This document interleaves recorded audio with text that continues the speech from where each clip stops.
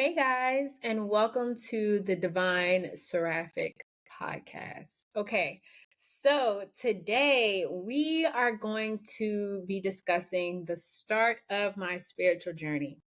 Okay, which kind of segued me into the 7 Hermetic Principles. Okay, so we're going to be discussing the 7 Hermetic Principles, but initially we're going to talk about kind of how I got there. So,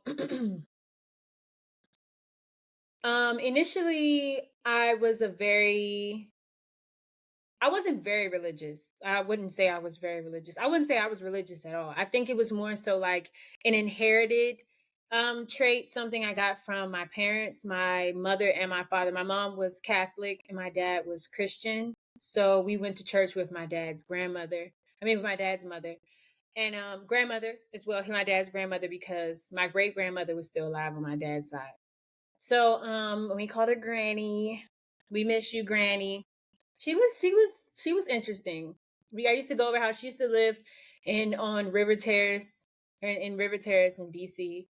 Both of my parents grew up in DC. Their families are from different areas. So my dad's family is from North Carolina, but my mom's family is from Virginia. Like, Rappahannock. What area is it? I forget. It starts with an A, but it's around there. It's around that area. My family is from there. My mother's family is from there. So, and they still have land out there. Big pieces of land out there. I don't know what they're doing, but collectively as a family, they literally cannot come together and figure it out. If they could come together and literally figure it out and do something with that land, this family would be wealthy. But because all my mom, every one of my grandmother's children, her and my grandfather, every one of their children are well off.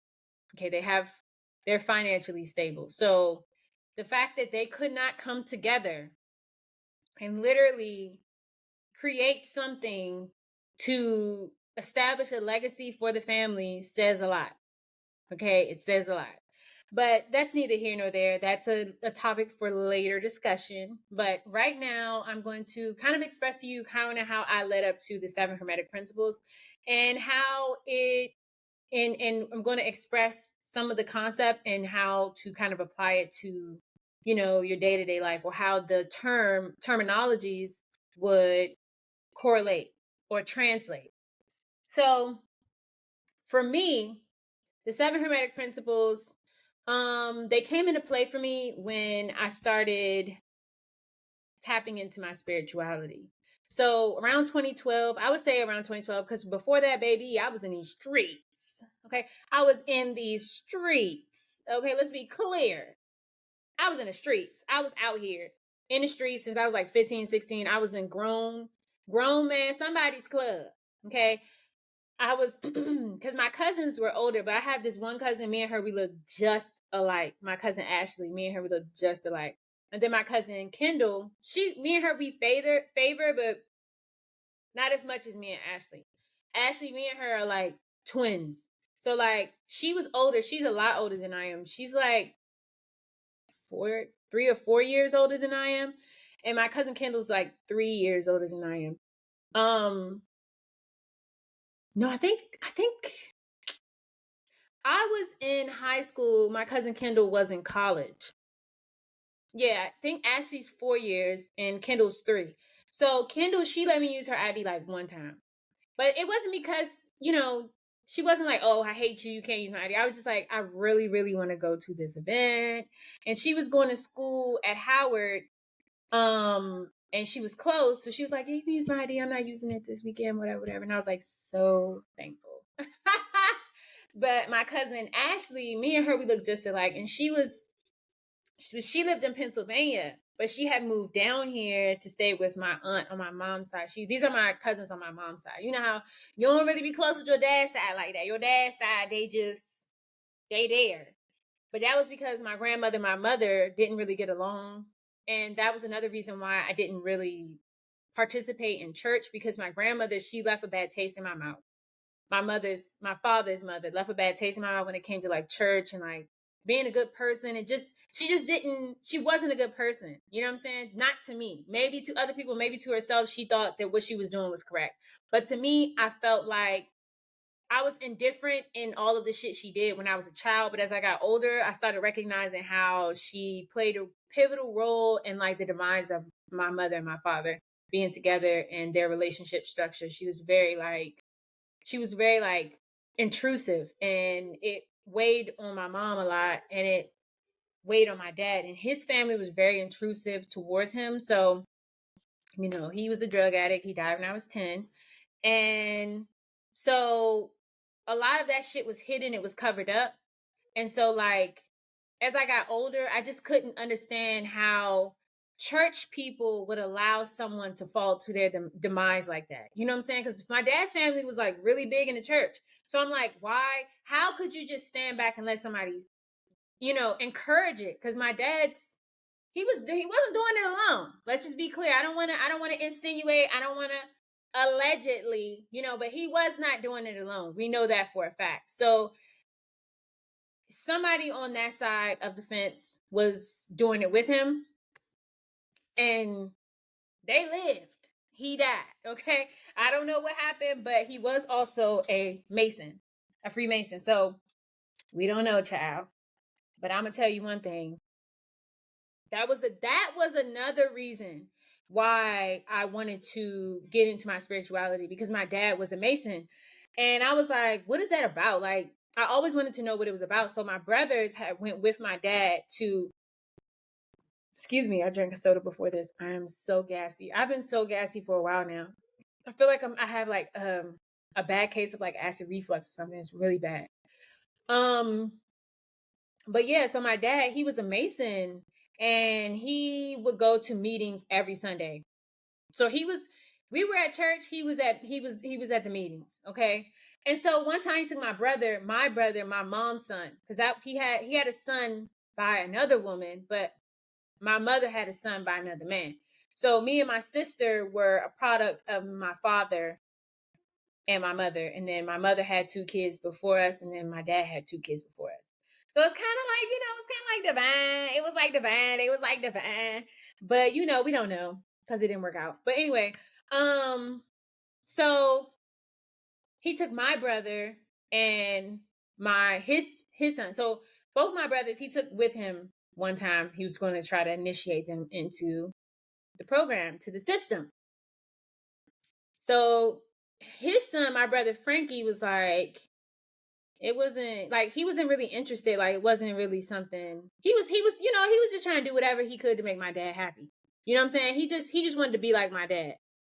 And then my brother Maurice, he was like, that shit was weird. Like, we was walking on checkered floors and doing this and doing that. Like, we had to, like, I was like, what the fuck? What the fuck was that about? He's like, I don't know. We really not allowed to talk about it. And he's always been a very secretive person anyway. He's in the military and he's in intelligence. So he always, every time we ask him, like, he'd be like, yeah, I just got a new position. We'd be like, oh, what you do? I can't really tell you. Why the fuck you bring it up? Why you bringing it up, my boy?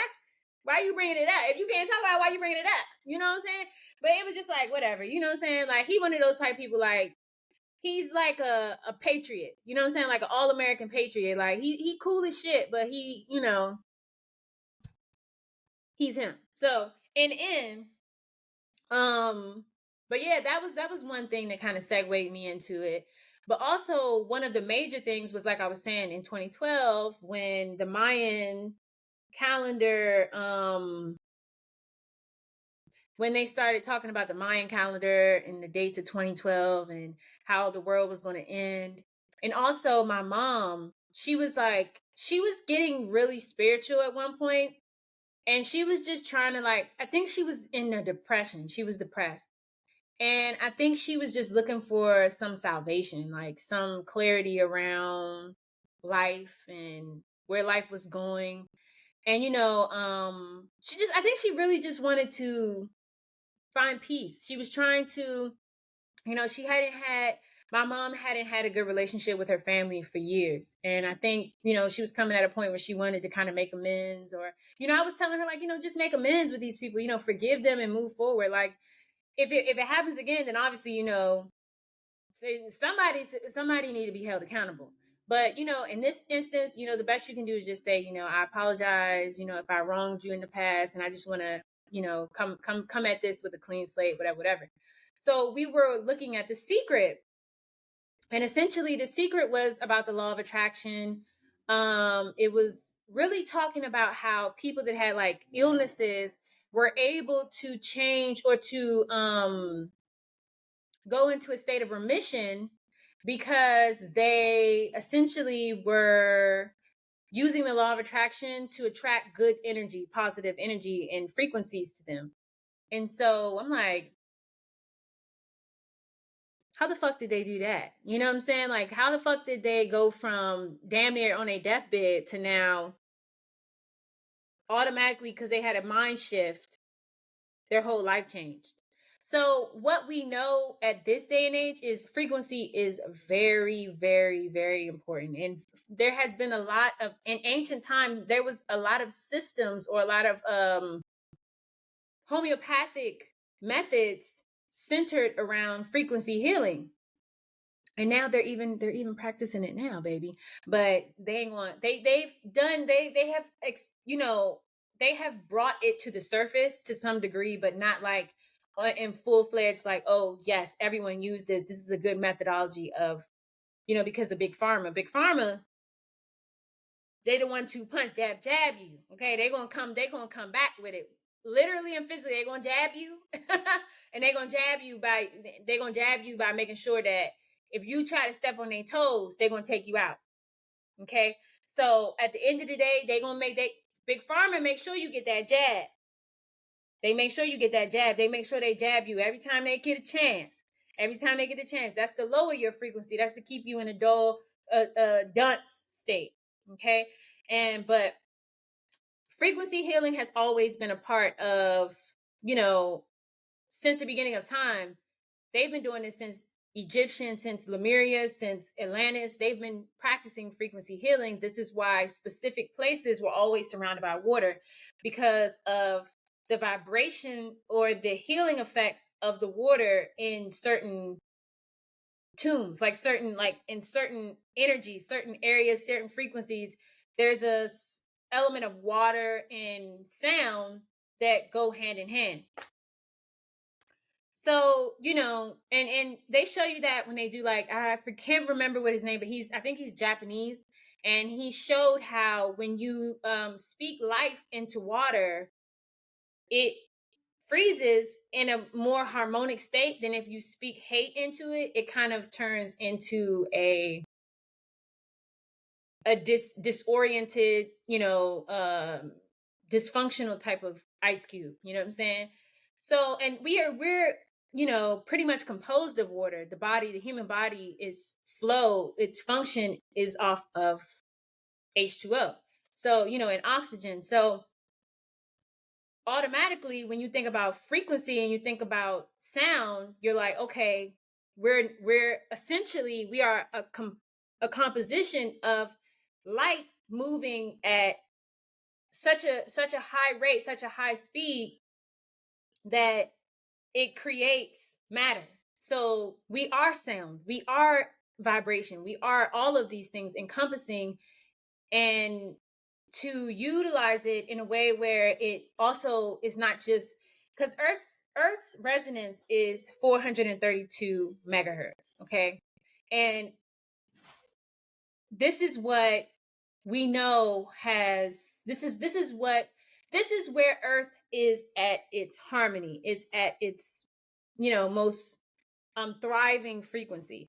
And as of, I think, the early 90s, they have changed the musical tone for music to 440 megahertz. So it's not in harmony with the Earth, and it's also not in harmony with our equilibrium, our human, with the vessel. So these are a little bit more advanced. These are a little bit more deeper into like cymatics. If I'm not mistaken, that's what it's called, cymatics, where you look at those, like if you have sand, or if you have like some type of salt, some type of grainy substance, or if you have like a computer that shows you waves, wavelengths, it'll express what specific resonance that sound is at, and whether it's in proportion, whether it's literally in harmony, or whether it's disharmonious to the environment or the vibration. I mean, or that specific what you're looking for. So everything vibrates at its own frequency. Everything has a vibration. Everything vibrates at its own frequency. So yeah, learning that about, so that's why I was like, okay, to understand the secret, you have to basically tap into something a little bit more. So when you start figuring out, okay, what is the law of attraction? So you look into the law of attraction, and then you start to figure out these are Hermetic principles. These are principles that tie into the laws of nature, okay, and the law of the human body, also the laws of the universe. So you're like, okay, what the fuck is that? So that's when you start tapping into, so that was a segue. The secret was a segue to tap into that. And then also I started tapping into the Kabbalah, which is something I expressed in my last episode. I talked about the Kabbalah, and how it expresses the tree of life and the descent and the ascent back into or from the supernal being. So, the Ayin Sof, the Ayin Sof, and all the other layers and frequencies within that universe, within that system. So, the Kabbalah is more expressive. It's more in depth. It talks about creationism. It's more of a creation theory, whereas the Hermetic Principles give you the laws of creation. So it's like they are very similar. They are very, I would say they technically are the same, but the Hermetic Principle is really the basis of like the chakra system. So it helps you to understand that how each chakra is tied into the laws of the universe, and also it helps you to understand the higher, more divine principles. Okay, because the mind is everything, and that's number one. All is mental, you know what I'm saying? So everything here is an emanation of the mind, the supernal mind. Excuse me. So we have, the higher astral, the lower astral realms. They're all an element of the supernal mind that is allowing itself to be broken apart in order to have different experiences, in order to create different states of being, right? So that's, like I said, that's a little bit more advanced, but we'll go into that a little further down. But essentially what I'm getting at is with the Kabbalah, these all go hand in hand, because in order to understand the creation, you have to understand the laws of creation. So the Hermetics, which is from Hermes, Hermetis Trismegistus, who is Thoth, who is Metatron's, who they say is the scribe for the supernal being. So this is the mind. This is the mind expressing itself through words and information, through written language. Okay, so Metatron is like the intellect. That would be intellect, and that is an aspect of the Kabbalah.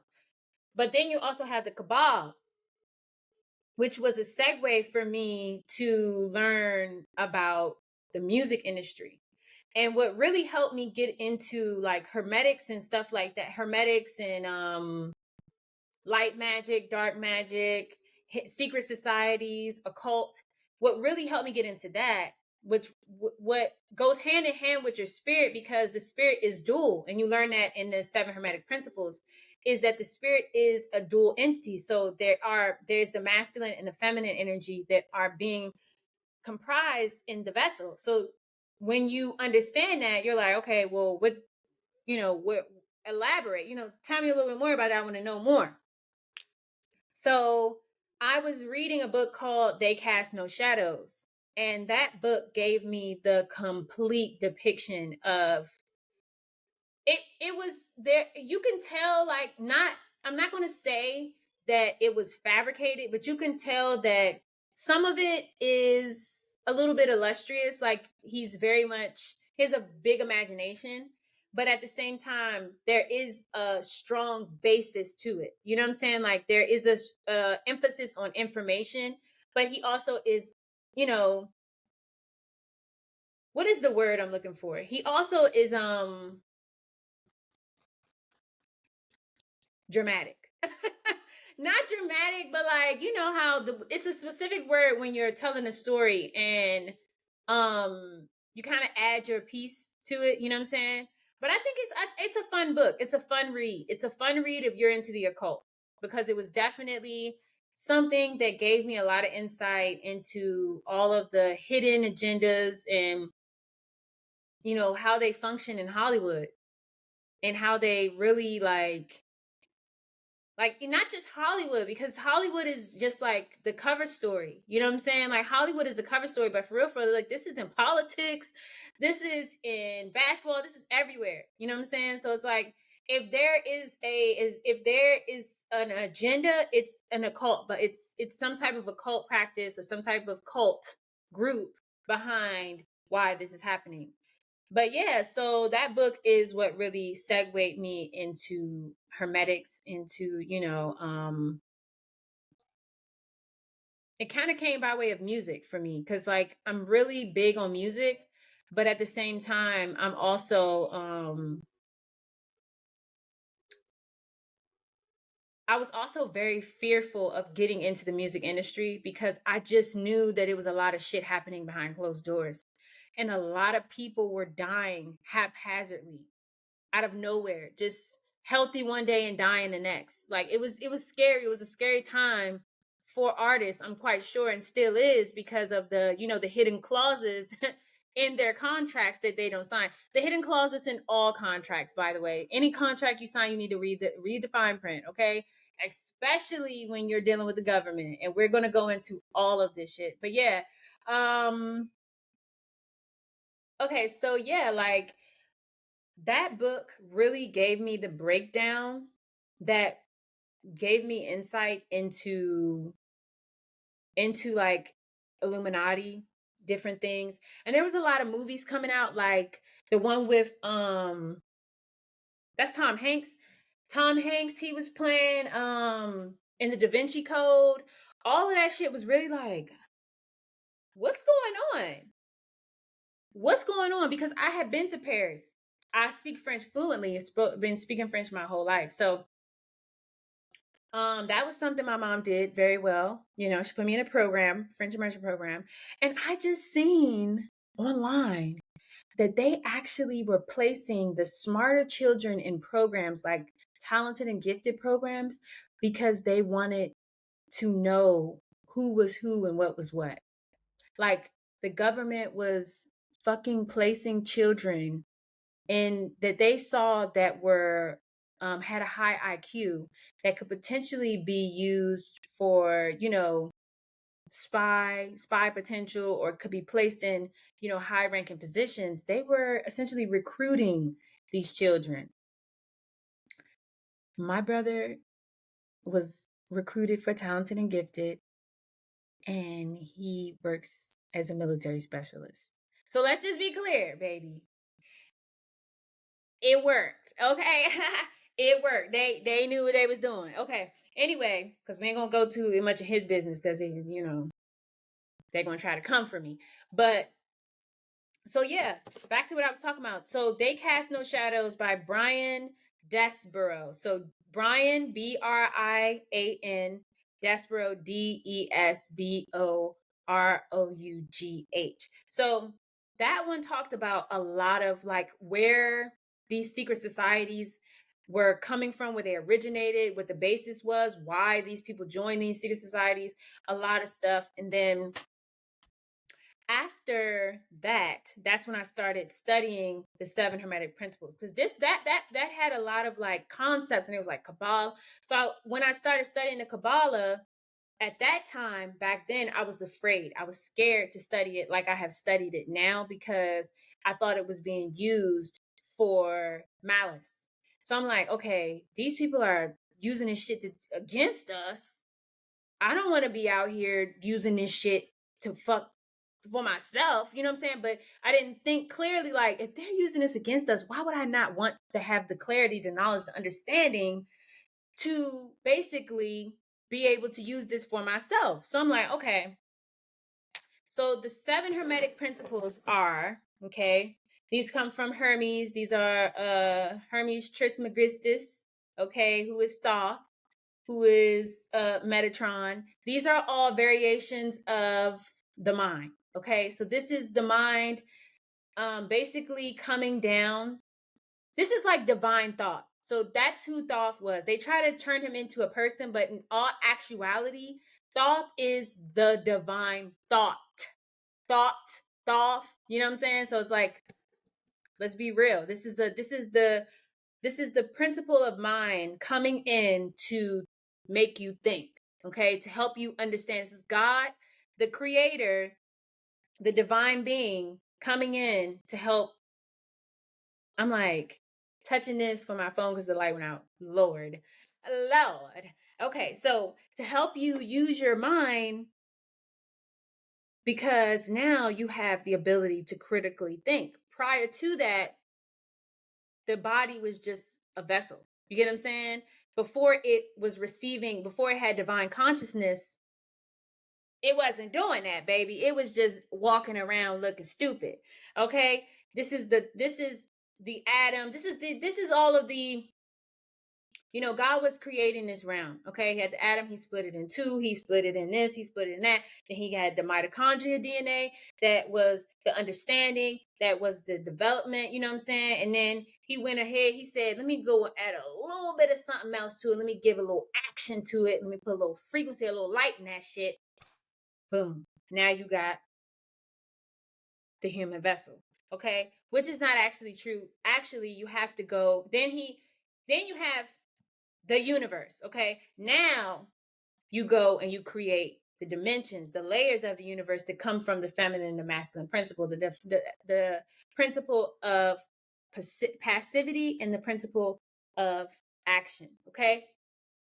Which is thought, action, and thought, understanding. Okay? So this is like a divine principle, a feminine divine principle, essentially. This is both principles coming together throughout Hermetics. Okay? So the initial one is mentalism. Okay? So it's all basically telling you how the world was created, or how things come into creation is through the mind. You have to first have the thought in order to take action towards it. Okay. So the principle of mentalism, the all is mind, the universe is mental. So everything here is a projection, it's a simulation. Everything that you see is something that you envision you're creating in your mind. Now, there are other people around you that are also using their mind to create this realm also. So, but it's just the divine creator using itself to project into this realm. Okay, it's a projection of the highest supreme supernal being. Okay, the principle of vibration. Okay, nothing rests, everything moves, everything vibrates. We're all an emanation excuse me, of light at different frequencies. So at the end of the day, like, this is why they tell you where you resonate is why you're receiving certain things. So if you're resonating at a very low vibration, this is essentially why you're attracting negative things into your life. And this comes into play in later principles. But this has to do with so the mental would be the crown chakra. Okay, that's mentalism. That's you allowing God to send divine inspiration by way of your crown. You know, when your crown is open, that means that you're open to spirituality, you're open to the supernal being, you're open to divine intervention. Okay. The principle of vibration is nothing rests. Okay. Everything moves, everything vibrates. So this is the element of the third eye. Okay. So this is where your actual consciousness exists. So this is what the spirit is vibrating in the third eye. When your third eye is open, that means that you can, if depending on what level of openness the third eye is, that means that, you know, that's how you have your experience in this realm. Okay. Because it's also connected to the eye. So essentially the brain, all of this is where you're making your divine, is where you're using, where the divine is essentially giving you power. So your eyes, your brain, and your mouth. This is where your divine power lies. What you see, what you smell, what you say, what you hear, and what you think. This is all tied into the divine, okay? Because whatever experience you're having here is essentially driven by the experiences that the divine is wanting you to have. Okay, because this is where the divine is coming in and bringing the energy at. This is where the energy center is in your pineal gland, right here, connected to your vision. Okay, because a lot of people can't see. Some people are blind. So some people have to use their other senses to enable them to, you know, connect and tap into divine creation. Because this is creation. And what they say is, what is it? A particle does not move unless it's being observed. I mean, a particle does not stand still until it's being observed. When it's not being observed, it's constantly in motion. It's constantly just vibrating. It's constantly just doing whatever the fuck it's doing. But once it's observed, it literally stops moving. Because now the observer, has the ability to create that reality. Now it's up to the observer to take action on that particle. Like, okay, I see you. So now that particle is being controlled by the observer. If there is no observer, if there's nobody to project anything onto it, then it's like, okay, I'm just gonna keep doing me. I'm just gonna keep existing. You know what I'm saying? Like, basically, like, look, I'm on here on the podcast talking. Okay. Now, until I know people are actually listening, I'm just gonna keep doing me. But once I know people are actually listening, now most people would cater to their audience. But me, I'm just gonna keep doing me because technically that's what I'm here to do. I'm here to basically be myself at all times. But most particles, once they're being observed, their whole interaction, they completely shift into different energies because they're not in control of their vessel. They're not in control of themselves. This is how they use this specific law against us, because they want you to think that you don't have any power, you don't have any control over yourself because of the fact that you're just a flesh suit. But you are in control. This is why they took God outside of you and put him into someone else, gave someone else the power. That way they can become that powerful being, that omnipotent being, and you give them your power. Now, only time you get acknowledgement is if another motherfucker give it to you. You don't acknowledge yourself. You know what I'm saying? You don't feel as though you exist as a portion of the supernal being. You feel like the supernal being is waiting on you. Like you're just a piece of shit, and the supernal being is everything, and you don't have a connection to the supernal being. So this is how they use this law against you. So the principle of correspondence, okay? As above, so below, as below, so above, as within, so without, as without, so within. So if you see somebody with something. And it's like they say, okay, if you around a bunch of idiots, you an idiot too. If you around a bunch of scholars and you feel like no, dead ass. If you're around a bunch of idiots, okay, and you're the smartest person in the room, it's probably time for you to leave that room. Because to some degree, if you're still hanging around these idiots, it's because you think that you're not good enough. Okay? So if they're idiots in your mind, you're an idiot too. Now, if you're around a bunch of scholars and you would consider yourself the idiot, and you're in a room full of scholars and you're like, damn, I'm around a bunch of intellectuals, I don't feel like I fit in. But it's because deep down within, you are a scholar as well. You're just not tapping into that energy. You're allowing yourself to be less than, instead of stepping up to the opportunity, rising to the occasion in order to become who you truly are, right? So there's always an opportunity to witness your environment, to observe your environment, as above, so below. So if there's an action that's happening here in this realm, it's happening in the spiritual realm too. So let's say in this realm, they always say this, okay? And this is something that I've learned recently, that if a person dies in this realm, it's because in the spirit realm, they were already gone. So not to say that the soul died, it means that the soul had already left the body to some capacity. Like the soul was pulling out. You'll die in the spiritual realm. You'll die in the spiritual realm before you die in the physical realm, because the body has to die, and the body takes time to die. But the soul lives on. So the soul will just go back into the supernal being, and then, once it's in a better, healthier state, or it's in a state where it can regenerate, it'll regenerate.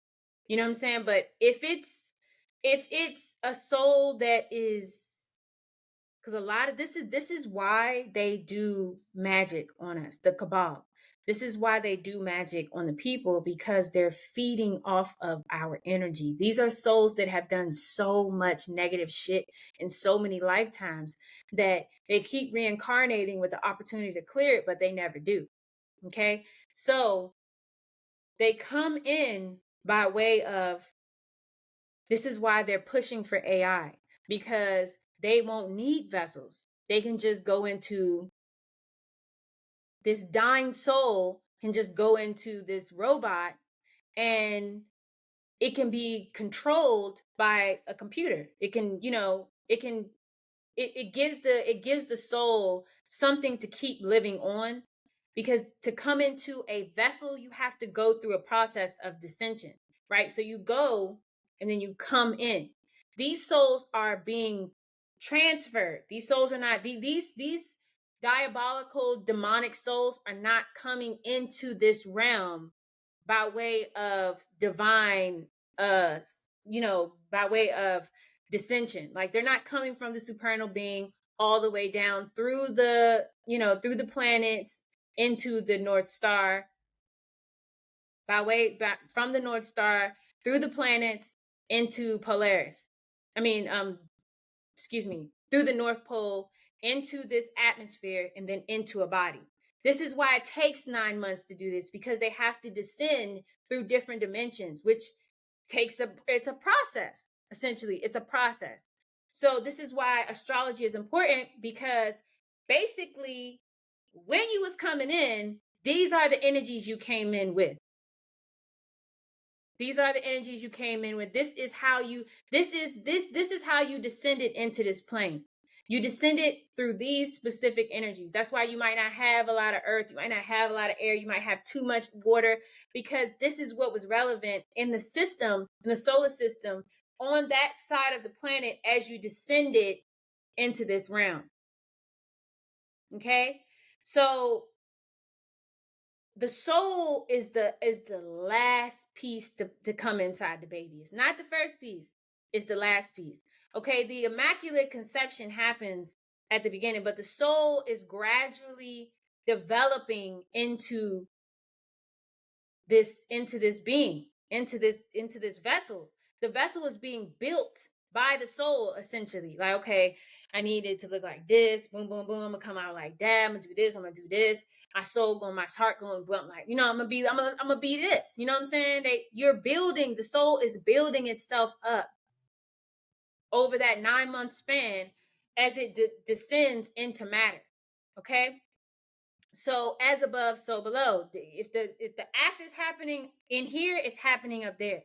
So this is why they say, like, consciously, everything you do is happening to you on a spiritual level. There is a version of you, a higher supernal version of you that is functioning in these different dimensions or at these different levels or whatever the highest level that you've been at, in order for you to exist in this realm.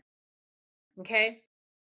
So when you do shit, like you might be out here killing motherfuckers, so you drop down another realm. And you repent and you go and ask for forgiveness. You might go to jail. You get caught doing that shit. So now you changed your life around. You don't do no more killing, whatever.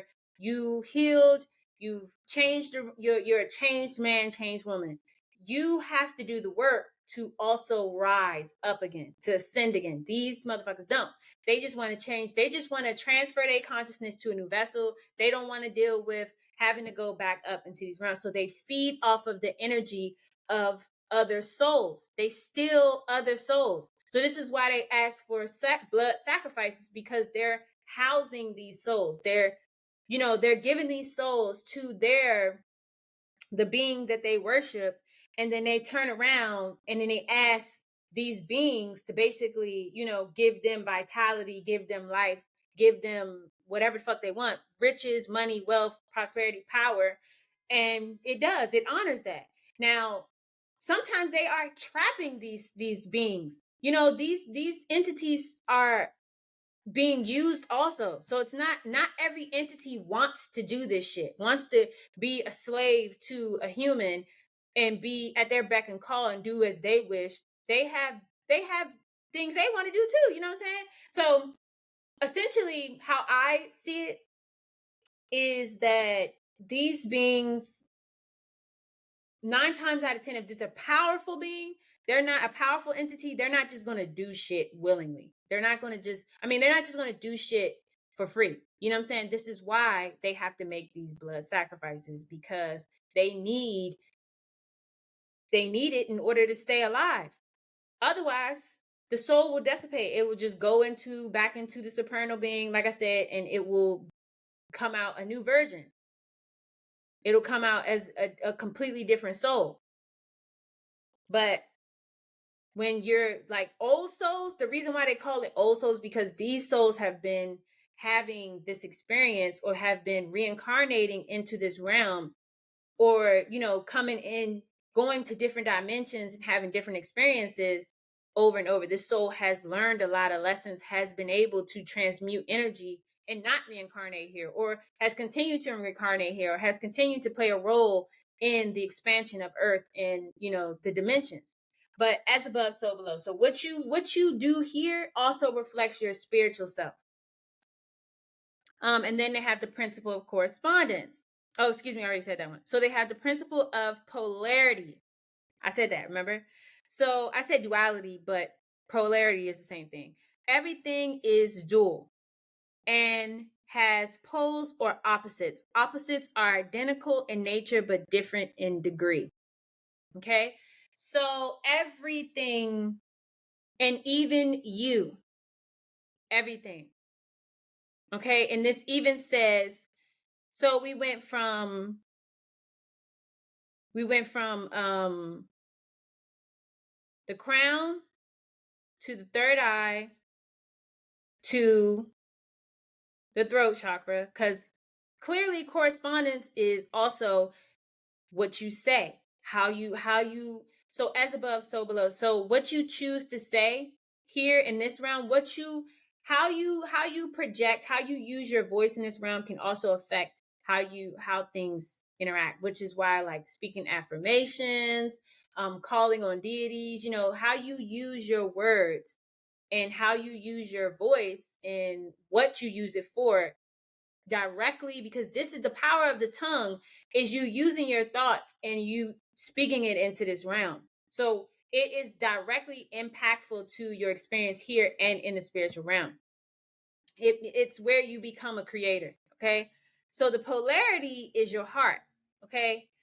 Everybody starts out with a pure heart, but not everybody chooses to use their heart. And the polarity is, pumping it up and pushing it out. Okay. So that's the polarity. It's the law of the heart. Okay. There is opposites.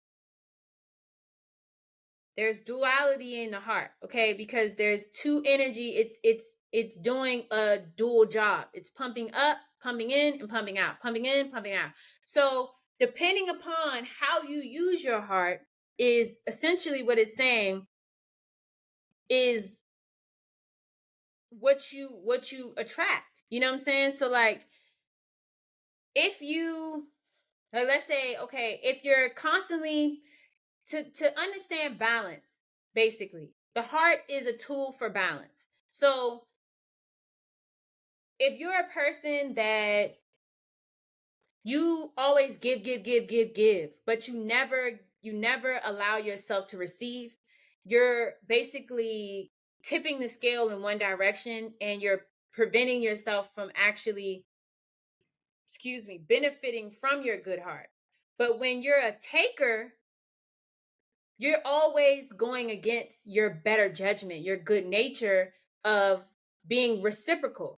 So it's like you have to look at it from that perspective. Like, okay, if there's two poles in the heart and also two poles in the body, the heart is helping me to find balance. So this is my divine energy, my throat, my mouth, my throat chakra, my third eye, and my crown. This is the divine energy. These energies below, the solar plexus, the sacral, and the root, are more of a carnal energy. So more like this is more like your human energy. Okay, this can be of a lower vibration. This is where the energy would stop and no longer move up if you don't balance it with your heart. Okay, so a person with a good heart is going to make decisions that reflect upon, like, okay, I might not have had a good upbringing. I might have, my root chakra might not be completely balanced because I might have had some suffering as a child. I might have suffered.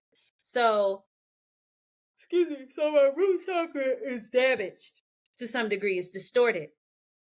So I know I need to heal that. Okay. So now my sacral chakra, where, my passion and my creativity lie, and where, I'm having, my connection to self.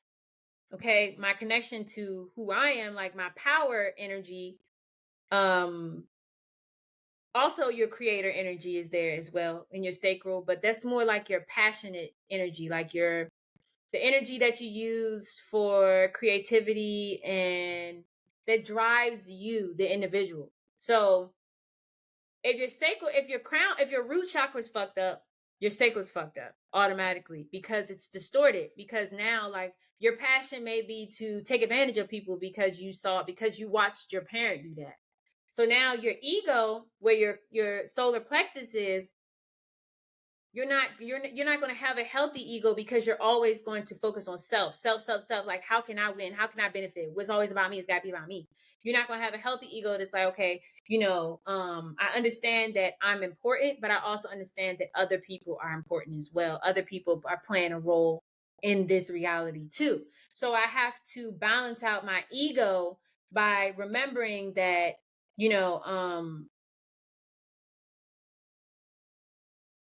like, by basically saying, like, this is not just a world where I'm singularly having an experience. I'm also sharing this experience with other entities also. So I can't make decisions that are unfair or unjust or that only benefit me, I have to consider like, okay, am I doing things for the right reasons? Am I moving with the intent? Am I using my animal energy, like this is like your animal instinct? Like, am I using my animal instinct for the betterment or to the detriment of society? These are what you know. This is what you know. This is already in you. These are things that are already in you. So you know you got a pussy or a dick. You had a family. You had to have a family to be created, in this realm at this point in time. Like, in the future, maybe it's gonna be a lot of clones.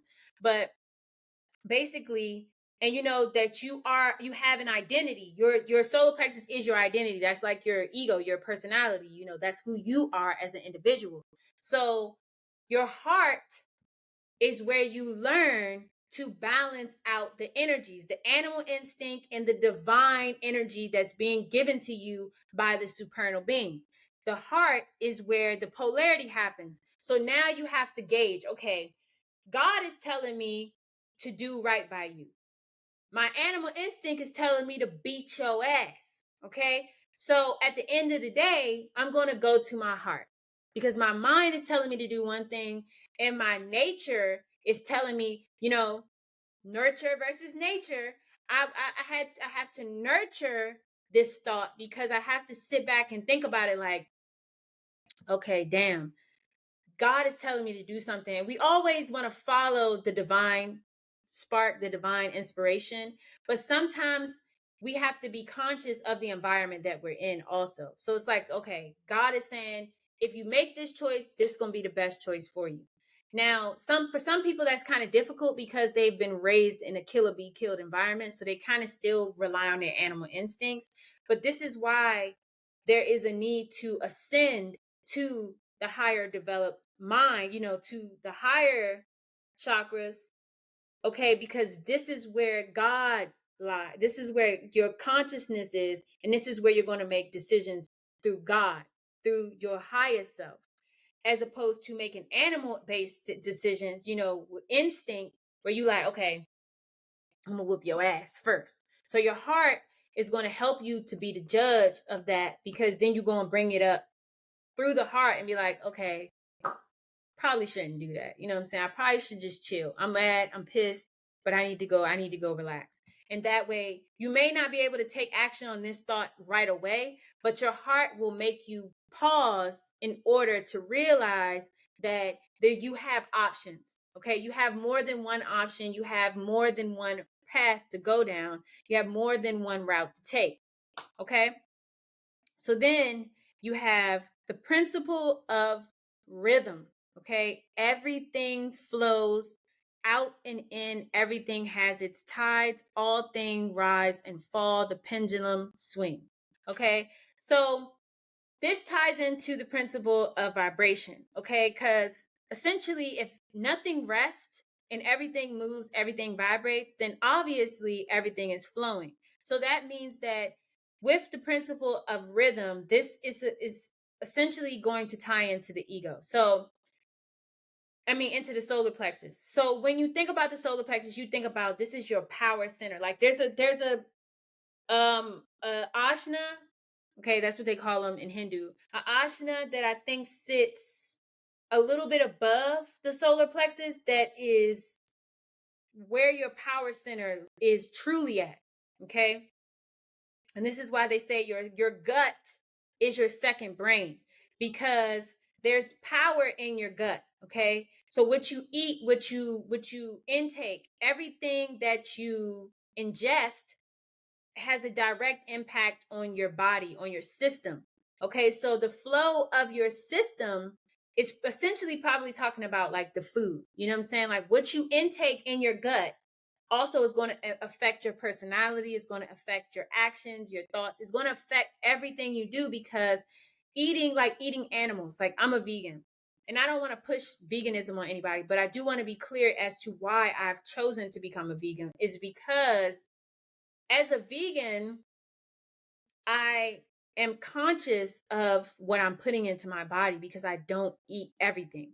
I only eat things of the earth. So, and I only eat things that grow naturally for human ingestion. So plants, herbs, and fruit. Okay. I don't eat, and nuts and grains. I don't eat animals because they have a consciousness. Everything is conscious, but everything does not have a spirit or a soul. So to ingest, everything does not have, let's be clear. Everything is conscious. Even the fruits and the vegetables are conscious. Okay. They're conscious. They're aware. The trees, everything is conscious. But they do not have blood. They do not have emotions. Okay. And if you know anything about the evolution of the human being, the Homo sapiens sapien, you would know that we originated as amoebas. So we were a bacteria, a virus that developed into a tadpole, that developed into a fish or into a frog or into a goddamn lizard, something. You know what I'm saying? We all originated from animals.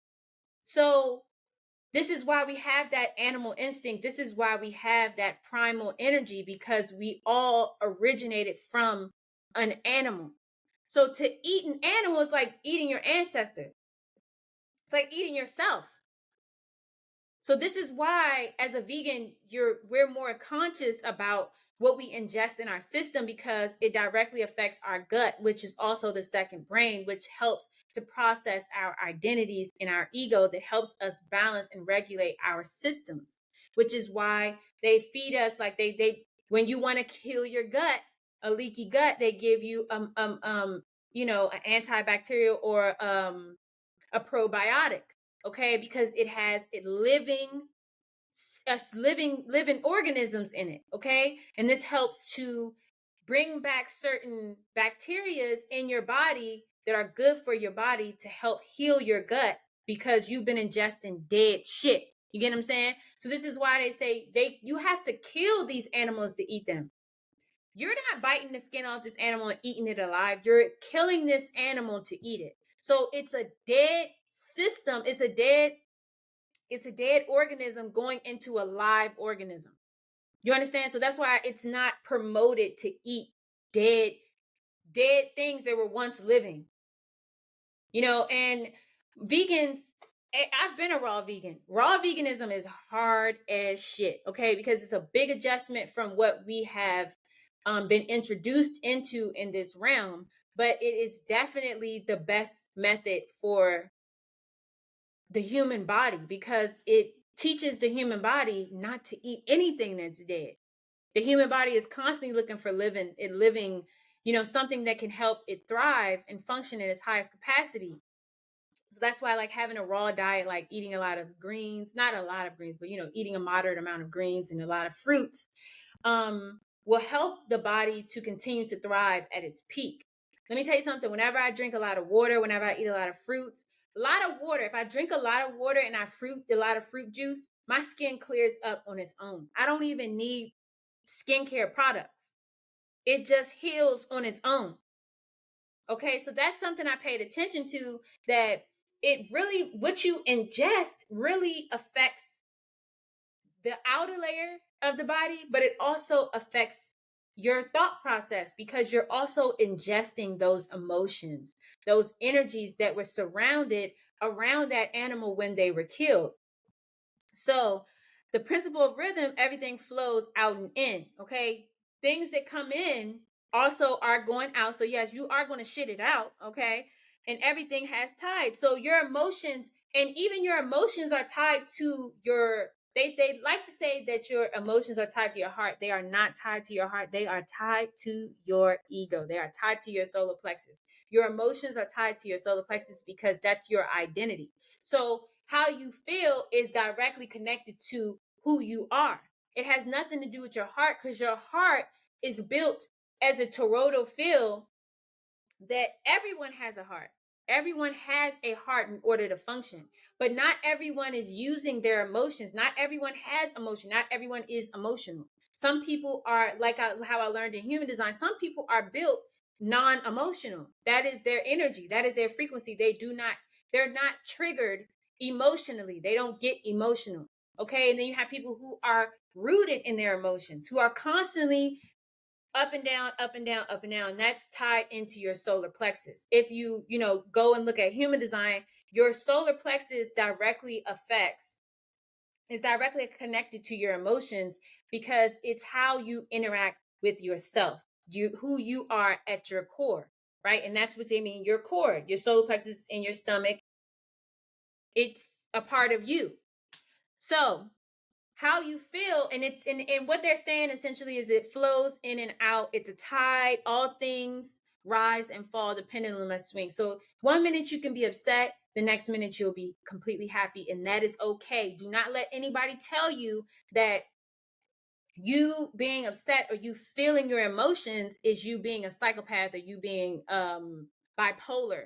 Some people, bipolar is a completely different energy than being emotional. Emotional is you understanding that you have emotions and that you use them, and you are a person who is tapped into those emotions. Whereas a person who is bipolar has a irregular, there's a not a malfunction. I don't want to say a malfunction, but there's something happening in the brain that's not allowing them to regulate their emotions. So they're not able to use emotional intelligence, as opposed to someone who's just emotional. They have the ability to distinguish between, this is a negative emotion, let me just feel it for a little bit, and then let me allow it to leave. Emotions are meant to be processed in that way. They're meant to be processed in a fashion where it's like, okay, I'm gonna feel it today. Tomorrow, I'm just gonna let it go. I'm gonna breathe through and move forward. Okay. That's what that means. And so then you have the principle of cause and effect. Okay. Every cause has its effect. Every effect has its cause. Everything happens according to the law. Okay. So this has to do with the sacral chakra. Okay. So this is where you have sex, you're gonna have a baby. Okay. You do certain things, there are consequences for every action. And this is directly connected to the sacral chakra, because this is where your passions are. This is where the energy around your creativity is. So like if you're open creativity, you're going to creatively, then you're going to see a lot of reciprocal energy around like creativity. Like, so the best way to tie it into the sacral is, for me, is sexually. So like if you're out here fucking a lot, you definitely going to pay the consequences for that. If you're out here and you're abstinent and you choose not to have sex, you're going to see that your body is going to function a lot differently than someone who's fucking every day. It's a different energy. And especially if it's somebody who's having sex with everybody, as opposed to somebody who's having sex with one particular person, and this is their partner, and this is they're married and they're engaged in a sexual union. They have made a vow to each other. That's a different interaction, as opposed to a person who's having an interaction with a different man or a different woman every night. That is trauma, because you tie into those people. So what we didn't, whoa, get it out. Okay. What wasn't available to us in the past, which was the knowledge around karmic energies and soul ties, which we know now, is that you are basically creating a soul tie between you and this person. So every action that you take in this life, centered around your passion, your creativity, there will be an effect towards it. So whatever you do, essentially, you're going to have to pay for it, whether it's good or bad. And it's saying everything happens according to law. So yes, there is a law in place that if you believe that, so passion wise, so if you're very much a very passionate person, let's say like, you allow your pussy to drive you, like you allow that energy to kind of motivate you to do things. So let's say, I want to be rich. I want to be that bitch. And I know that I got fire ass pussy. I know I got a pussy. I know I can make some money. There is for every cause, which is material wealth, there's an effect. So you know that you're going to have to give something up. You're going to have to sacrifice something for that. And so in the end, the effect is going to be, you know, you might get an STD, you might get pregnant by one of these men, you might get used and abused, you might get raped. Okay. And then for men, you know, you're out here, you're having sex with multiple women and you're not using a condom. And it just so happened that you catch AIDS. Okay. And you're passing it on to other people. And you don't know you have it because you just think you got a little slight cough. You think you're a little sick. But this girl, she gets it and she's having a completely different reaction to it. And now she's like, what the fuck is going on in my body? And she goes, gets tested and she knows you were the last person she had sex with. She's not promiscuous, but you are. And so now it's like, oh, damn. Now I have to come to this man. I have to come to this man and let him know that basically he's carrying a virus that he may not even understand. Okay, he may not even really comprehend in totality because he is he's irresponsible and he just be doing shit and he think there's no consequences to the actions that he take. This is the law of karma, cause and effect. So everything you do, if it's centered around something like even and even on a good spectrum, like, okay, let's say you're very passionate about art and you chase your passion, there's going to be an effect. There's going to be a reward behind that. You're going to be seen. You're going to be observed. You know what I'm saying? So your passion, what you're passionate about is essentially what they mean by, you know, how you is basically how you're rewarded. So if you're passionate about fucking, you're passionate about taking advantage of people, you're passionate about being a Decepticon, then obviously you're going to get a lot of karma that's in a negative way.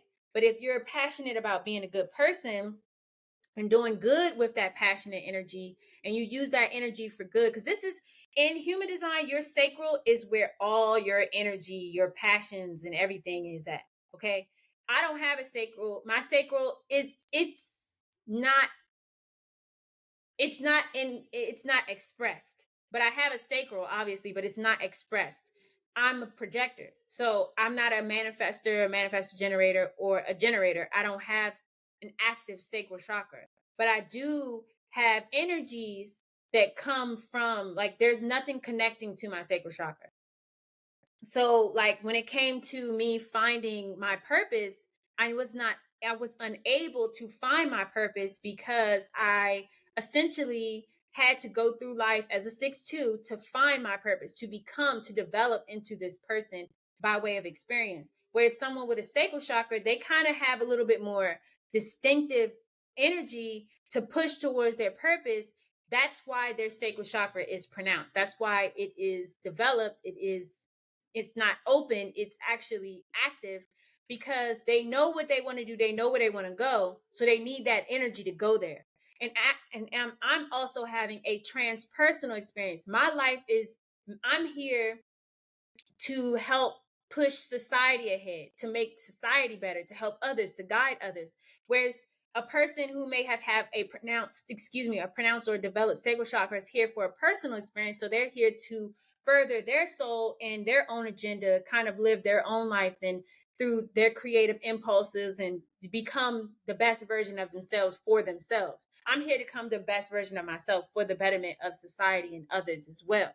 So me having a sacral chakra wouldn't help me to help others. Me having a more pronounced a more pronounced head or crown or, you know, throat or, you know, heart would better help me, because it would help me connect more to the divine, and use my divine inspiration and thought in order for me to better develop and then help develop others as well. So that is why cause and effect karma is directly related to your passion, to where you place the energy that is used for creation, because this is where you create, in the womb. So if you're using that energy in the womb, in the penis, you know, in the ball sack, okay, the scrotum, that's what I was trying to say. This is where you use that energy to create. So it's kind of a primal energy. But if you are connected to the divine in the heart, you're not using that energy in a wayward way. You're not just doing it in a primal. It's like, you know how you see animals, they be fucking to reproduce. They don't be fucking because that's divine energy telling them to go fuck. They fuck because they're animals. They're using their animal instinct, and these are a part of their nature. Now, not all animals reproduce in that way. Some animals reproduce differently because they are intuitive and they do have a consciousness. That's like, would you eat a whale or a dolphin? If you eat a dolphin, you're definitely a fucking weirdo, okay? Because that's God, okay?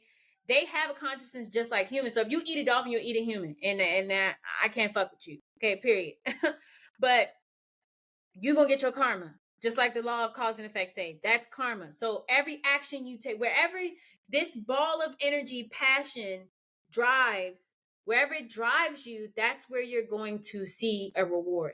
Okay, so for every action that you take, there is a consequence. Everything falls into the law of karma. People are like, I don't believe in karma. Okay, well, karma believes in you. So whether you believe in karma or not, you are definitely a representation of your actions. And because you don't believe in karma, this is why you're going to continue to experience karma, because you're not healing those energies that are preventing you from seeing that you are the reason why you're suffering and not someone else. Delusional, okay, in the negative sense, not delusional in the positive sense, like having faith and believing in a bigger, grander scheme of things and allowing that to kind of guide you. That's delusional in a proper sense. Like, I'm delulu when it comes to my business. I'm delulu when it comes to love. You know what I'm saying? Like, I believe in love. I believe in my ancestors. I believe in, even if I can't see it, I believe in a supernal being. I believe in my higher self. I believe that I'm being guided by something grander and something bigger, something all omnipotent, something all knowing. And it's guiding me to understand that even though I don't have all the answers, I absolutely will get where I need to go at the right time, in the right energy, at the right pace, because I'm following blindly a higher vibrational, a higher supernal being that wants the best for me. And because I understand, okay, because I understand the law of correspondence, that my mouth is the tool for my mind, I don't allow negative entities into my energy. So when I speak my affirmations, I understand that I have to regulate what I say. So when I say I am, what is it? I am on my highest timeline for my highest good. I am thankful for those divine spiritual beings that guide me for my highest purpose, for my highest good. Like, it's like basically like only good energy can come to me. You can't be a negative entity and be a guide for me. You can't. Even if you want to be, you can't. Okay. Now you could be a tough entity. Like, there are beings, my ancestors, some of them are strict. Okay. Some of my spirit guides don't play that shit. And I know that for a fact because of how I am. They know they can't ease up. You know what I'm saying? But I only allow the ones that have my best interest at heart in my energy. And I have a right to dispel the ones that don't, because it's my experience. I'm having the experience. I'm the observer in this reality. They are external forces to me. So they're outside looking in. I'm inside looking out. So I'm looking out at things and observing this experience, and we're all having this experience together. Okay, so because I'm the observer, because they want me to observe it in a different way, they send me divine inspiration, which is divine thought, and allow me to regulated by the law of vibration. So they tell me, raise your vibration. If I'm vibing too low, they're like, raise your vibration so you can see things from a different perspective. So you can analyze it with your third eye, with your consciousness, and not with your ego, not with a bruised ego. You get what I'm saying? It all makes sense. It all ties in together. Okay. And then the last one is the principle of gender. Gender is in everything. Everything has its masculine and feminine principles. Okay. So this can I might have them backwards, but I still believe what I said. But this is meant to be the final chakra. Okay.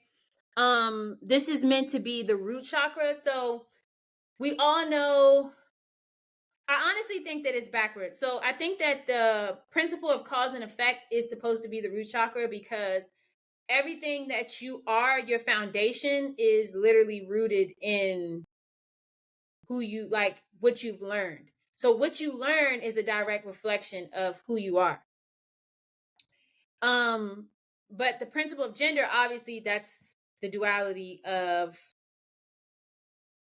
well, no, now I see. Okay, I had to come back to it. Okay, so the principle of gender has to do with the root chakra, because the root chakra is the expression of both energies. So the root chakra is you understanding the balance of the masculine and the feminine impulse, the feminine energies, and how they come together. Okay, because we all are a mix of masculine and feminine energy. Some are a little bit more pronounced, but there's a reason why we're in this experience, is to balance out the energies. So the principle of gender is basically saying that in every form, in every creation, at the root of everything, there is masculinity and there's femininity. There is these two gender, there's these two energies balancing out or vibrating, coming together to create this experience. So if,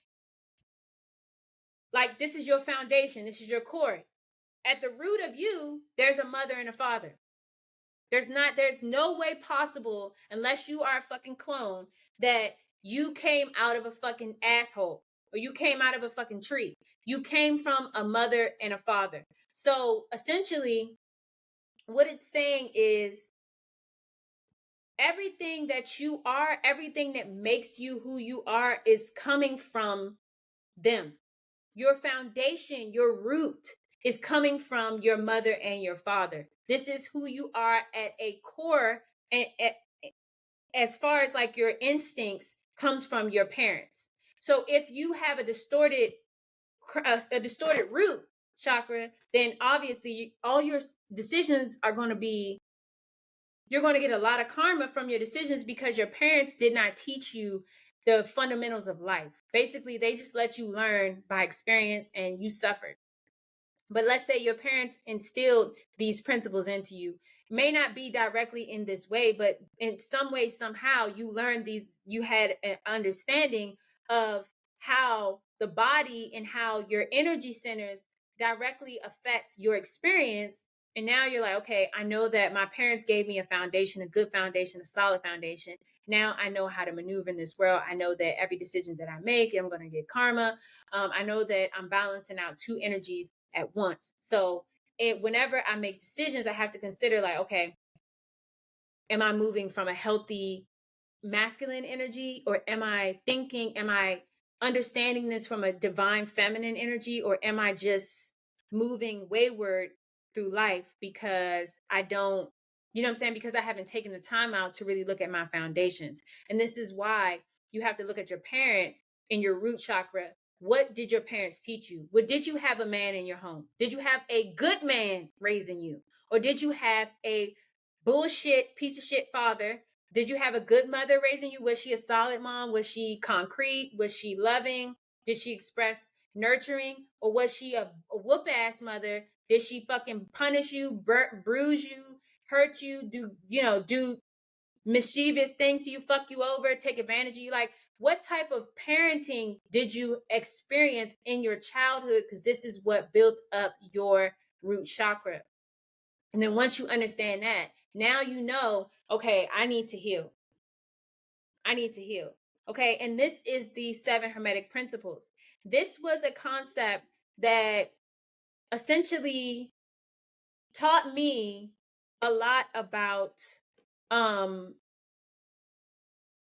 you know, once you read that, you're like, okay, where does this originate? And then it takes you to the chakra system. And so we went a little bit into the chakra system, went a little bit into their Hermetic Principles. But these are like the basis of how to understand yourself, and how to really regulate your energies. And then, like, if you want to get even more in depth, you can look into human design. And then there's different energy types around that as well. There's the projector, there's the reflector, the manifestor generator, and then you have the generator. And so these different energies are expressed in different ways. Okay, so that is today's episode. And I definitely want you to tune in tomorrow. We're going to go a little bit into human design.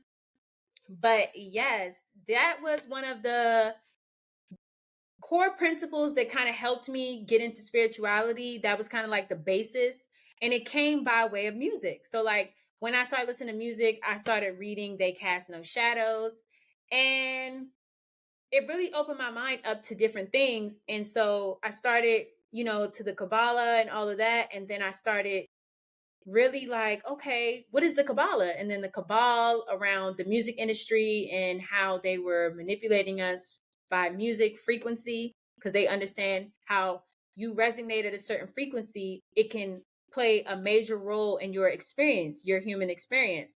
So then I started learning about the 7 Hermetic Principles. And so that's this episode, baby. And I hope you learned something. If not, we'll come back tomorrow and we're going to learn a little bit more. Okay. I love you. Mwah, mwah, mwah.